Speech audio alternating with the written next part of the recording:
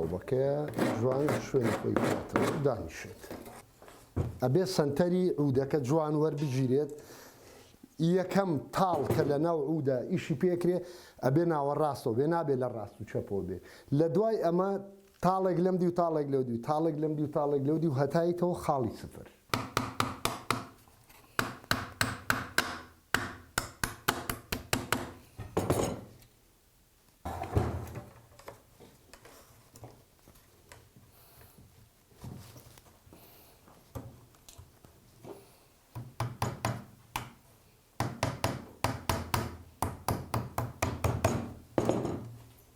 ئەم جەمسەرەشمان قایم کرد. ئەتر ئەمڕۆ ئیش لەم عودایە ناکرێت. سبەینێن چیەکەین؟ دوو تاڵیکە ئەمەی کە ئەمڕۆ قەوسمان کردووە، تاڵێک لەم دی و تاڵێک لەو دی. سبەی ئیتر ئیشی تیا ناکرێت. دوو سبەیکەی دوو تاڵیکە دوو تاڵیکە دوو تاڵیکە. چونکە ئەگەر وانە بێت من ئەمڕۆ کە ئەمەم داناوە کە ویستم ئەم تاڵە لێرەوە دانم ئەبێ ئەم بزمارە هەڵکەنم، کە بزمارەکەم هەڵکەن ئەمە هەڵەسێتەوە کابێ عودەکە قاڵب نابێت. ئەبێ ئالەم هێلمە ئالەم هێلمە جوان ئەدەین ئالێرا و جووتیەکەین بێراوە. بەڵێ جگە لەوە عود ئەمە شێوازی دروستکردنی عودە. عود لە عالەمە تا ئێستا بەم شێوازە دروست کراوە، خاڵی سفر بۆ خاڵی سفر. ئیتر عود هەیە 17 تاڵە، عود هەیە 19ەیە، هەیە 21ە، گەورەترینیان 23ە. طبعا ئەوە دروستکردنی فینگەر قیاسێکە غەڵەت قوبوڵ ناکە. فینگەر بۆرد بۆ سەری غەزالە ئەبێ 61 سانتیمەتر بێت، 1 ملیم نابێ زاد و کەم کات لەبەرەوەی دەنگی وەتەرەکان نەگۆڕێ. بەڵام ئەو کاتە من چی بۆکەم؟ پشتی عودەکەی بۆ تەنگەکەمەوە لە جیاتەوەی ئەوەنە قەوس بێت، ئەوەنە قەوسی بۆکەم، بۆ ئەوەی کەوا دەستی بە ئاسانی بگە بە فینگەر بۆرد و بە ڕیشە و بە عسفی عودەکەی پێ بکات. باسەکەی من لێرەیە بوو هەموو عود لە عالەما تا ئەسەکە دروست کراوە، خاڵی سفر بۆ خاڵی سفر دروست کراوە، هەمووی لێرەوە کە دەست پێ کردووە لێرەوە کۆتایی هاتووە. بەس ئەگەر جوان سەیری ئەم عودە بکەیت من لێرەیە بۆ شایم هێشتوتەوە، لێرەشا بۆ شایم هێشتوتەوە کەوابێ ئەها لێ یەکەمەوە ئیتر هاتوومەتە دواوە، پەیژەم ماوەتێ، دەرەجەم ماوەتێ، عودەکەم هێناوەتە دواوە، تاڵی عودەکەم هێناوەتە داوە. ئەمە داهێنانی منە، پێشی من کەسی شکەنەی کردو، لە دوای من هەست کەس بیکات دەستی خۆش بێ. بەڵام پێش من کەس ئەم داهێنانی لە عودا نەکردووە کە بیتە دواوە. هەتا ئاخیرەن یەک دانە چوارگۆشەی پاقلاوەی ئەمێنێت کە ئالێرا دایانم ناچمە سفر بۆ سفر، وردە وردە هاتوومەتە دواوە.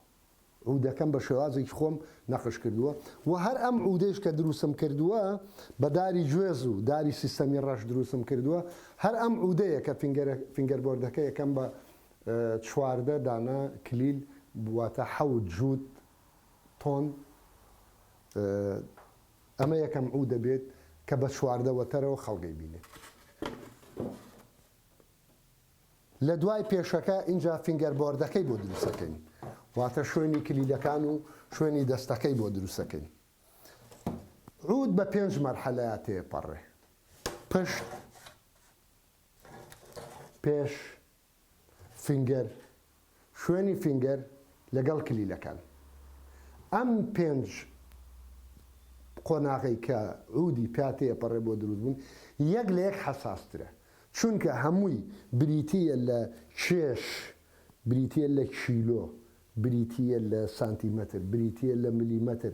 لە ئاخیرە ئەم عودەی کە ئێمە دروستیەکەین لە 4 کیلۆ بۆ 5 کیلۆ دار دروستمان کردووە، ئەبێ لە 3/4 کیلۆ زیاتر نەبێت، ئەبێ هەمووی بە سمپارە هەڵگریتەوە. لە 5 کیلۆ دار ئەبێ 4 کیلۆ ڕوبعێک بەلای کەمەوە، ئەگناسە عودم هەیە 1 کیلۆ نابێ. ئەو عودە لە 5 کیلۆ جاری وایە دارەکە قورسە، لە 6 کیلۆ تۆ ئەبێ هەوڵ بدەی 1/2 کیلۆ تا 3/4 کیلۆ گەمە بە وەزنەکە بکەیت، نابێت زیاتر بێ. عودی قورس دەنگی کزە، عودی سووک دەنگی بەرزە.